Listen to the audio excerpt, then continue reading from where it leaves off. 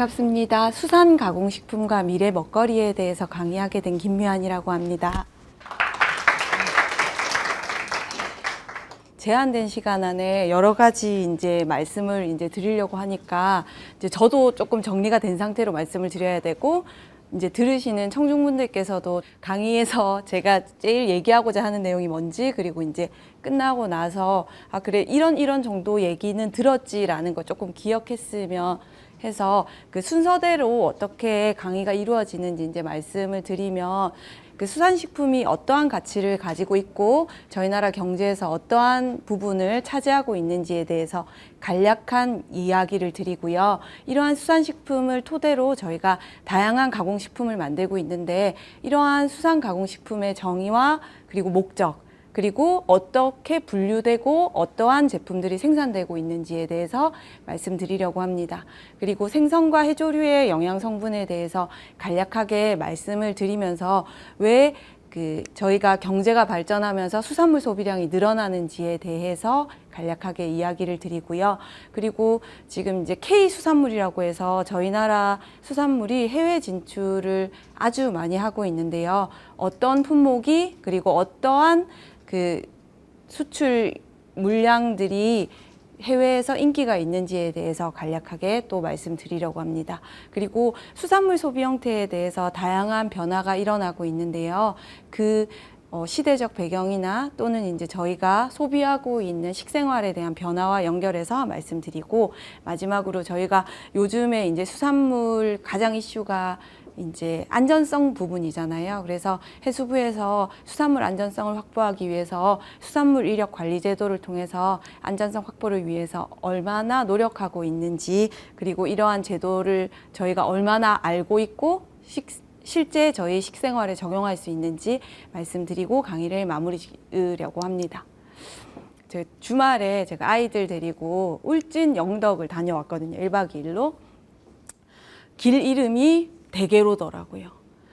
그래서 그 영덕이라는 어떤 영덕군은 정말 대게가 아니면 지역이 마비될 것처럼 지역에서 차지하는 수산물의 경제적 가치가 어마어마하다고 느껴졌어요. 그 군이라는 작은 그 도시에서 소비되는 대게의 양과, 그리고 영덕군에서 차지하고 있는 이 영덕 대게의 지역 경제에서의 중요성은 정말 생존과 직결된다고 느껴졌거든요. 특히 울진에 비해서는 또 영덕은 지리적으로 포항하고 사이에 있어서 더욱 포지션이 관광지도 적고 애매한데, 대게빵부터 해서 다양한 수산 가공품들을 하면서 지역 경제를 활성화시키기 위해서 수산물을 엄청 적극적으로 활용을 하더라고요. 그래서 조형물, 길 이름, 그 다음에 특산품까지 수산물이 지니는 경제적 가치는 특히 경제 인구가 계속돼서 유출되는 군 단위 지역에서는 사활을 걸고 하고 있다는 생각이 들더라고요. 그래서 그 지역 경제에서 수산물이 얼마나 큰 가치를 지니고 있는지 한번 살펴보시면, 저희가 어떤 지역을 가면 관광지도 중요하지만 저희 먹거리가 되게 중요하잖아요. 제주도에 가면 뭘 먹어야 되고 어디에 가면 뭘 먹어야 되고를 떠올리면, 지역을 떠올리면 그 지역의 대표적인 특산품, 특히 저희 나라는 삼면이 바다고 대다수의 관광지들이 바다 쪽으로 몰려있기 때문에 수산물이 특산품인 지역이 아주 많더라고요. 그래서 대표적으로 저희가 보면 통영의 굴, 목포의 낙지, 그 다음에 서해안에 보면 대하, 그리고 제주도에 보면 옥돔, 그리고 11월에 방어축제, 이렇게 지역 특산물을 지역 경제의 특산품으로 활용해서 관광객을 유치하는데 엄청 많이 활용을 하고 있고, 이러한 특산품을 특산품에서 그치는 것이 아니고 관광객을 모으기 위해서 저희가 다양한 축제를 많이 하잖아요, 지자체에서. 보면 인천의 소래포구 축제, 그리고 지금 부산에 지난주에 했던 자갈치 축제, 그 다음에 노량진에서 노량진 수산시장에서 수산대축제, 이렇게 해서 각 지역에서 수산품을 활용해서 엄청 다양한 축제를 많이 하는데, 혹시 가보시거나 들어보신 축제가 있으신지? 그쵸. 자갈치 축제는 지난주에 해서 주변이 아주 교통 체증이 심했다고 하더라고요. 또 강원도 쪽에 보면은 그 연어 축제 같은 것도 하고요. 양양에서. 그리고 이제 제주도에서는 11월에 대방어 축제를 날씨가 추워지면, 그리고 통영은 통영, 그리고 이제 거제 이런 데서는 굴, 그리고 거제든 2월에는 대구 축제, 이렇게 해서 그 수산물은 저희가 생각하는 것보다 훨씬 더 저희 지역 경제에 밀접한 영향을 미치고 있고, 또 영양적으로도 아주 큰 가치를 가지고 있습니다. 그러면 강의에서 제가 이제 제일 처음에 말씀드리려고 하는 것은 수산식품의 가치인데요. 저희가 왜 수산식품을 이렇게 가공하고 또는 또 원물로도 다양하게 섭취를 할 수밖에 없는지를 살펴보면, 저희 나라는 삼면이 바다로 둘러싸여 있기 때문에 지리적으로 수산물을 많이 먹을 수밖에 없는 상황입니다. 그리고 왜 수산식품이 이렇게 갈수록 많이 식생활에서 중요성을 가지게 되느냐 생각을 해보면, 저희가 1960년대는 전 살아보지 않았지만 끼니를 때우는 이제 식생활이 아니고, 이제는 영양적으로나 또는 기호적으로 가치 있는 식품을 소비하는 시대거든요. 그래서 배를 채우는 이런 식생활에서 영양적으로 또는 기호적으로 맛이 있는, 또는 내가 먹어서 내 건강에 도움을 줄 수 있는 기능성 식품이 있는 것을 선호하기 때문에 수산식품이 특히 단백질 공급원으로 또는 영양적으로 점점 더 중요한 포지션을 차지하게 되는 것 같습니다. 그리고 저희 나라는 전체 단백질에서 약 30%, 동물성 단백질의 약 70% 이상을 수산식품으로 충당하고 있습니다.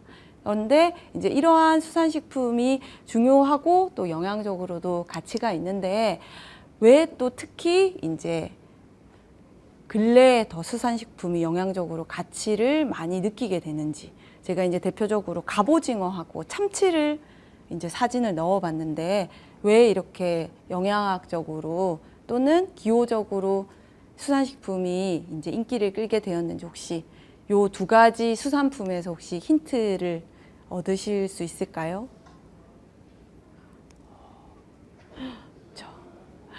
일단 이제 참치 같은 경우는 DHA나 EPA처럼 그 두뇌 활성화 성분인 DHA하고 EPA 같은 기능성 성분이 많이 함유되어 있고, 단백질 함량이 아주 높은, 그리고 두 번째 이제 오징어는 저희 그 국민들이 좋아하는 수산물 1위가 오징어거든요. 근데 특히 그 중에서도 갑오징어는 그 칼로리는 낮고 단백질 함량은 높은, 보통 이제 다이어트 하시는 분들이 닭가슴살 많이 드시잖아요.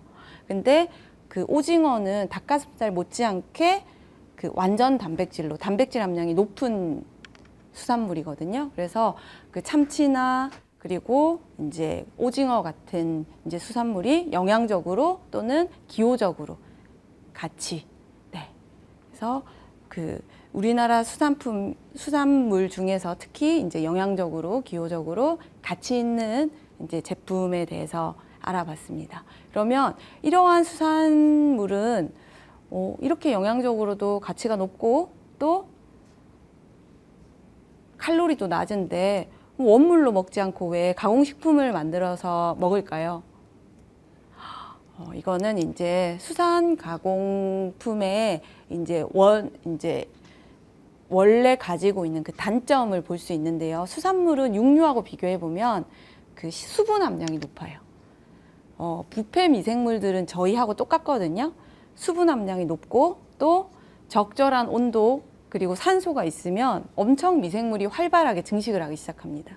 그리고 부패할 확률이 그만큼 커지는 거죠. 수산물은 이제 수분 함량이 높기 때문에. 그리고 어획 생산량이 들쭉날쭉한 일정하게 생산량을 예측하기가 어렵습니다.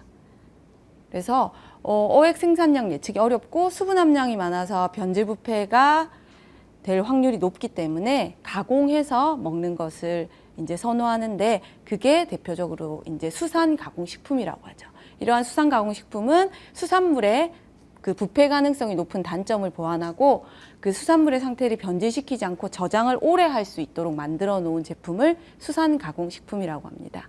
그러면 이러한 수산 가공식품은 식품의 보장성을 높이고 그리고 식품 가치와 주변적인 이용 가치까지 함께 높이기 때문에 다양한 수산 가공식품을 활용해서 저희 식생활에 활용하고 있습니다.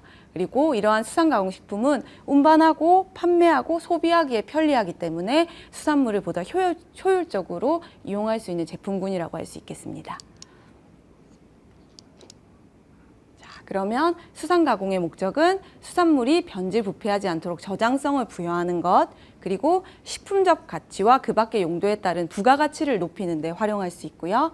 그리고 운반, 보관 및 소비를 하는데 편리하도록 가공하고 있습니다. 그리고 효율적인 이용을 통해서 수산물의 수급을 원활히 하도록, 예를 들어서 올해 태풍이 불어서 양식장이 큰 피해를 입어서 전복이나 또는 저희가 많이 활용하는 광어 같은 것에 어획량이 달라져서 가격 변동이 이렇게 왔다 갔다 하더라도 가공식품은 냉동이나 기존의 수확한 또는 어획한 어류를 활용할 수 있기 때문에 가격 변동률을 잡을 수 있는 거죠, 국가에서도. 그래서 품질 좋은 수산 가공품의 생산 및 공급이 원활할 수 있도록 수산 가공을 다양한 식품에 활용하고 있습니다. 그러면 이러한 수산 가공식품을 크게 6가지로 분류할 수 있는데요. 보통은 어육 가공품류, 그다음에 젓갈, 건포, 조미김, 한천, 이제 기타 수산물 가공품, 이제 이렇게 6개로 분류할 수 있는데 제일 익숙한 수산물 가공품이 어떤 게 있는지 혹시? 김이죠. 네. 저도 4학년, 2학년 아이 키우는데 김, 그다음에 미역국, 달걀 요 정도가 없으면 애를 어떻게 키웠을지 모를 정도로 이제 김은 특히 저희 나라는 수산물 소비 중에서도 많은 게 이제 고등어, 그다음에 오징어, 그다음에 김인데 수출품에서 제일 인기가 있는 게 김이에요. 예전에는 서양인들이 블랙페이퍼라고 해서 김을 먹는다는 것을 이해를 못 했거든요. 근데 이제 저희가 뭐 K-팝 때문에 저희 나라 인식이나 위상이 되게 좋아지면서 저희 나라 수산물, K 수산물에 대한 브랜드 가치도 높아지면서 지금 김은 수출품 1억 불 달성한 걸로 김 자체가 수산 가공식품의 거의 핵심인 상황입니다. 근데 이제 수출품 아니고 저희 자국에서도 김은 소비량이 아주 높고 우리나라 식탁에서도 제일 중요한 포지션을 차지하고 있죠. 그리고 어육 가공품류는 대부분 이제 많이 아시는 게 어묵이나 어육 소세지 같은 거. 그리고 이제 젓갈은 너무 많이 활용되고 있죠. 명란젓이나 뭐 낙지젓이나 여러 가지 가공해서. 그러면 젓갈은 보통 저희가 염분이 한 20% 이상 되는 거를 얘기하거든요. 그래서 너무 이제 짜게 먹는다 이렇게 해서 요새는 저염으로 만든 젓갈류도 많이 나오고 있고, 한천은 혹시 들어보셨을까요? 우뭇가사리를 가공해서 만든 건데 해조류에서 분류를 하거든요. 그 다음에 이제 기타 수산물 가공품은 수산물을 주원료로 가공한 건데 규격이 정해져 있는 가공품의 대부분을 기타 수산물 가공품으로 분류합니다.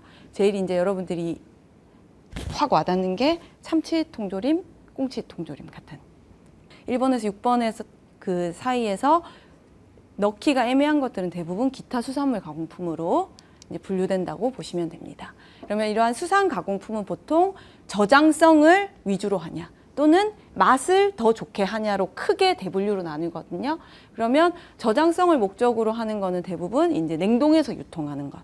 그러면 이제 냉동하는 거는 냉동법은 수산물을 원형 처리 또는 가공해서 동결한 제품 자체를 냉동법으로 하고, 저희가 가장 많이 이제 마트에서 보는 거, 그 다음에 이제 수산물 통조림 제조하는 걸 보면 조리한 수산물을 통에 담고 조미액을 주입하거나 조미액에 절여서 밀봉 살균한 것을 통조림이라고 하는데, 통조림은 수산 가공품의 가장 많은 형태를 유지하고 있습니다.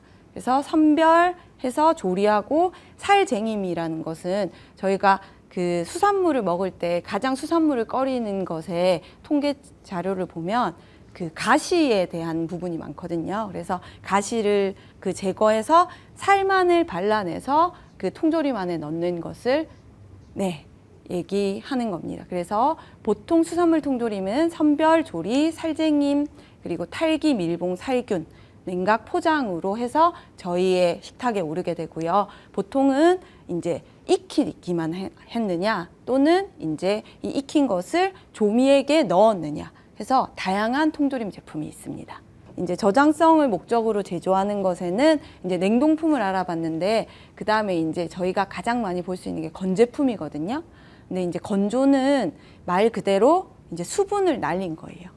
근데 이제 그 건조품은 그냥 수분을 날렸느냐 또는 익혀서 날렸느냐 또는 구워서 날렸느냐. 그래서 여러 가지 이제 건제품이 있거든요. 그냥 건조한 것이 아니고 소금에 절여서 말렸는지 또는 그 쪄서 말렸는지 또는 훈연을 해서 말렸는지. 그래서 대부분은 보시면 아실 수 있을 텐데 그 훈건품 같은 경우는 여러분들이 제일 익숙한 게 훈제 연어. 그 다음에 조미를 목적으로 제조한 것은 아까 저장성보다는 맛을 위주로 한 거예요.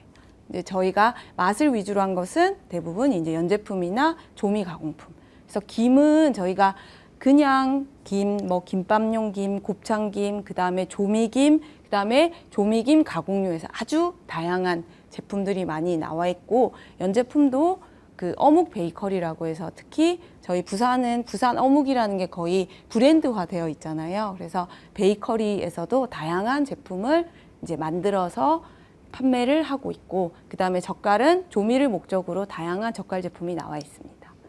그러면 이러한 그 생선하고 해조류에 어떤 이제 영양 성분이 있는지를 살펴보면 생선은 식품이라는 큰 틀에서 보면 효율이 좋은 제품은 아니거든요.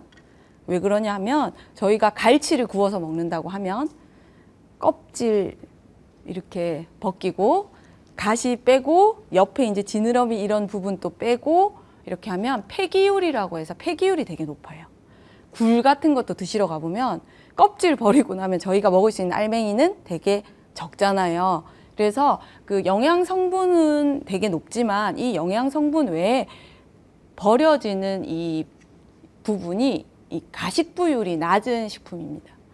네, 그럼에도 불구하고 이 생선의 영양 성분은 되게 농축되어 있는데 특히 뼈 부분에서 칼슘, 그 다음에 어육은 저희가 먹는 생선 살 부분에 이 부분에 제일 많은 게 단백질하고 지방이고요. 그 다음에 생선 껍질에는 비타민 A하고 B, 그 다음에 생선 머리에는 눈, 그 다음에 EPA, DHA, 비타민 같은 고도 불포화 지방산과 기능성 영양 성분이 많이 함유되어 있고요.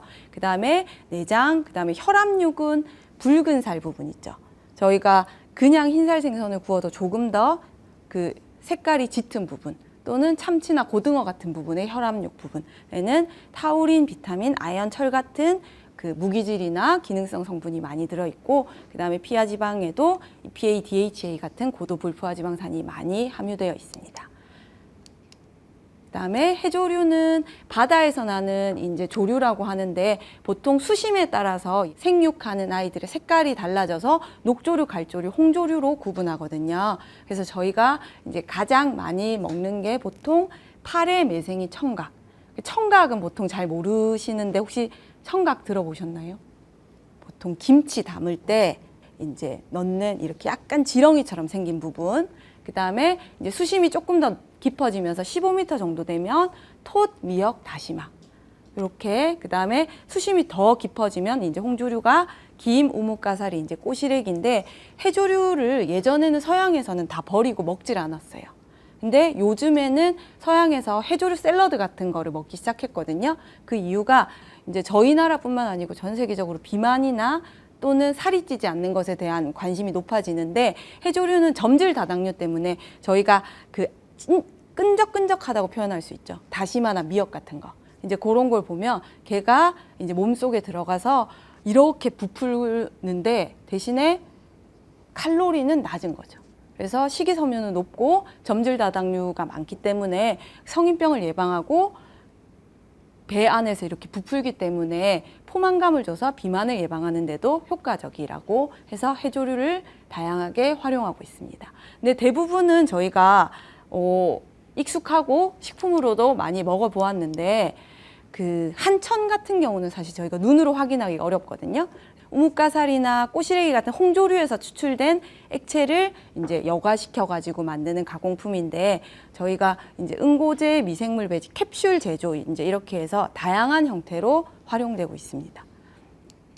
그다음에 이렇게 저희 나라는 삼면이 바다로 둘러싸여 있기 때문에 다양한 수산물이 잡히고 또 저희도 다양하게 활용하고 있는데, 이러한 수산물을 저희가 소비하는 데서 그치지 않고 그 수출 수산물의 안전성을 확보해서 전 세계적인 수출품으로 활용하고 있는데요. 저희 나라의 대표적인 수산물 브랜드를 2017년에는 국가 통합 브랜드로 KPC라고 해서 이제 출범을 시켰고, 지금은 해외에 수출되는 우리 수산물과 수산식품을 K시푸드라고 하고 있습니다.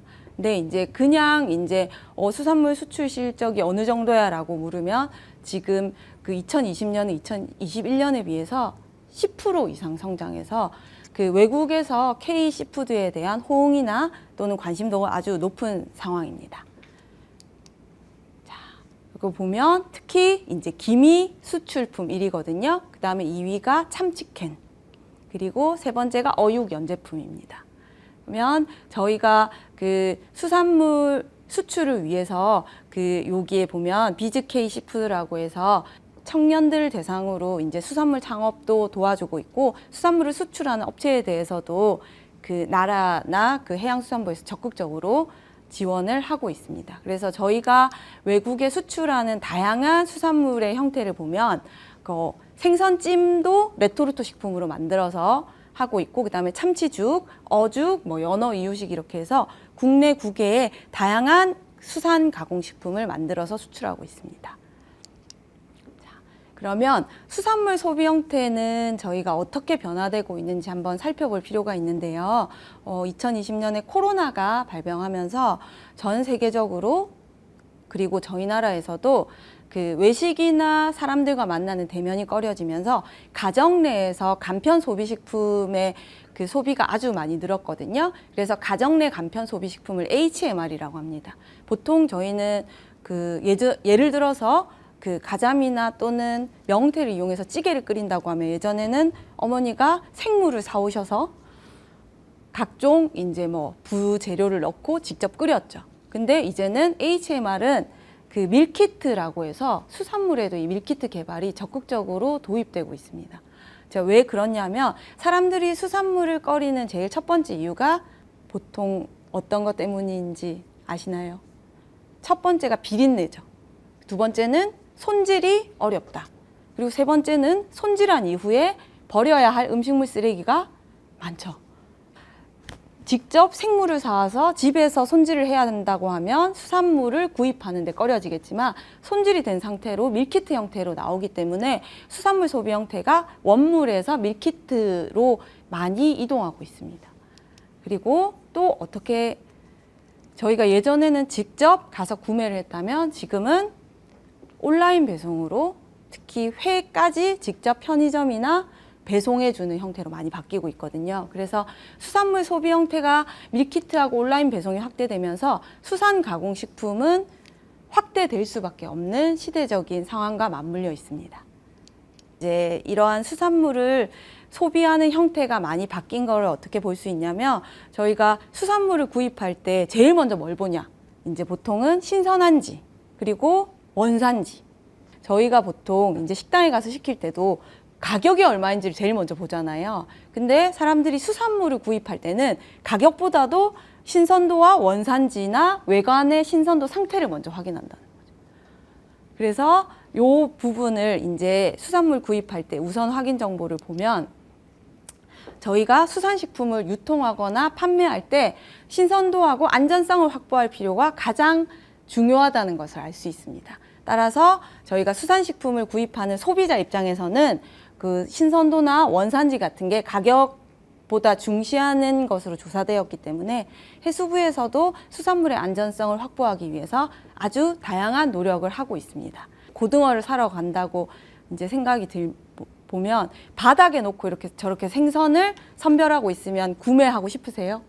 구매하고 싶지 않으시죠? 그래서 자동으로 선별할 수 있는 키로나 또는 상태에 따라서 자동으로 선별할 수 있는 시스템을 갖추고, 개방형으로 상온 경매를 했다면 이제는 폐쇄형으로 저온 경매를 합니다.